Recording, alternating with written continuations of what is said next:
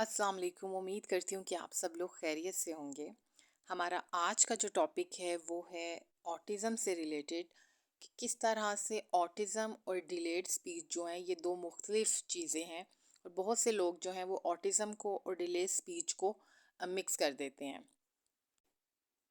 अगर आप मेरे चैनल पे न्यू हैं तो चैनल को सब्सक्राइब करना मत भूलिएगा, वीडियो को लाइक कीजिए और शेयर करें।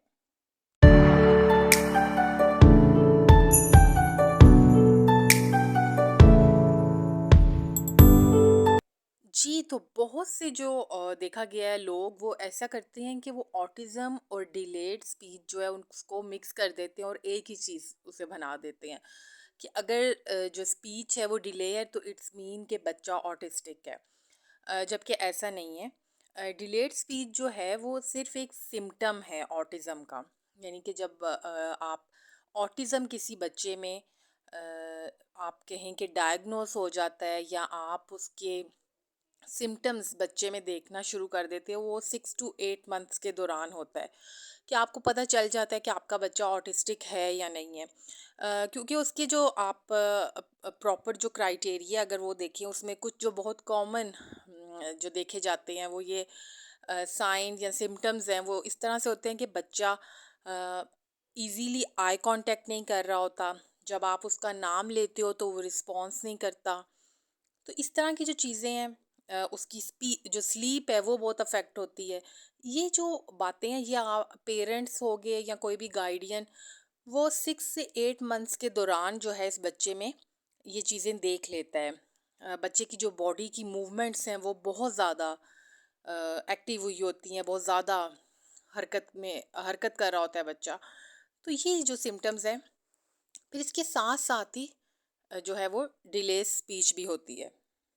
यानी कि आप ये कह सकते हैं कि डिले स्पीच एक वार्निंग साइन है ऑटिज़म का। अगर बच्चा जो है ये डिले स्पीच शो कर रहा है तो आप कह सकते हैं कि फर्दर वो ऑटिस्टिक हो सकता है। लेकिन ये भी जो है इसमें भी देखा जाएगा कि बाकी जो कुछ सिम्टम्स हैं या प्रॉपर जो ऑटिस्टिक क्राइटेरिया उसको फुलफिल होना भी ज़रूरी है। ऑटिज़म ये तो हो गया जी कि ऑटिज़म और उसके सिम्टम्स जिसमें से एक सिम्टम जो है वो डिले स्पीच का भी है। अब जो है कि बच्चों को वैसे भी अगर वो ऑटिस्टिक नहीं भी हैं तो स्पीच का जो माइलस्टोन है वो डिले हो सकता है। ठीक है। और ये जो चीज़ है ये मेडिकेशन से जो है वो ठीक हो सकती है। बच्चा इसको अगर प्रॉपर पेरेंट्स एक्सरसाइज स्पीच की हैं वो करवाएं तो जो बच्चे की स्पीच है वो आप कहेंगे कि बेहतर बेहतरी की तरफ आ सकती है। इसलिए जो स्पीच डिले है वो एक अलग चीज़ है। इसमें इसकी जो काज हो सकती है वो ये है कि अगर बच्चे को कोई उसके जो टंग यानी ज़बान के मसल्स हैं वो वीक हैं, या उसको हेयरिंग लॉस है, सुनने में बच्चे को मसला आ रहा है, या जो कोऑर्डिनेशन इशू हैं या ब्रेन का जो आप कहेंगे कि कुछ ऐसा कुछ पार्ट है स्पेसिफिक, उसमें अगर कोई प्रॉब्लम है तो फिर क्या है कि बच्चे की जो स्पीच है वो डिले हो जाती है।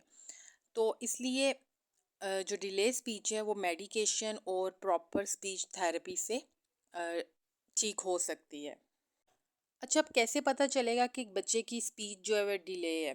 अ, ये चीज़ ऑब्ज़र्व करनी है कि अगर वो बच्चा सिंपल वर्ड्स जो है 12 से 15 मंथ्स या कुछ बच्चे इससे थोड़ा अर्ली भी ये चीज़ स्टार्ट कर लेते हैं। जो सिंपल वर्ड्स हैं जैसे कि मामा, बाबा, दादा या डैडा, इस टाइप के बच्चे वर्ड्स अगर नहीं बोल रहे, चाहे वो क्लियर बोल रहे हैं, चाहे वो क्लियर नहीं बोल रहे, अनक्लियर है, तो ये दोनों चीज़ें हो सकती हैं। लेकिन एटलीस्ट बच्चे को ये जो वर्ड्स हैं सिंपल वर्ड्स ये बोलने चाहिए इस एज में। अगर वो नहीं बोल रहा तो इट्स मीन कि जो स्पीच है वो डिले है। अच्छा जी, सेकंडली यानी दूसरी चीज़ जो आपने ऑब्जर्व करनी है बच्चे में कि वो जो सिंपल वर्ड्स है उनको जो है अंडरस्टैंड करना स्टार्ट कर दे। फॉर एग्जांपल अगर वो कोई ऐसी एक्टिविटी कर रहा है, 18 मंथ्स की एज हो इसमें, आप उसको नो या स्टॉप ये चीज़ें वो समझ रहा हो कि अब माँ ने कह दी है, मतलब ये बहुत सिंपल वर्ड्स हैं और वो इन चीज़ों को अंडरस्टैंड कर रहा है तो इट्स मीन ठीक चल रहा है। अगर नहीं अंडरस्टैंड कर रहा तो फिर आप जो स्पीच है वो डिले हो सकती है। शॉर्ट से सेंटेंसेस तीसरे नंबर पे बच्चा बोलना स्टार्ट कर दे 3 साल की उम्र तक, अगर वो आप कहें कि 3 से 4 वर्ड्स का सेंटेंस नहीं बोल रहा तो भी जो स्पीच है वो डिले है बच्चे में।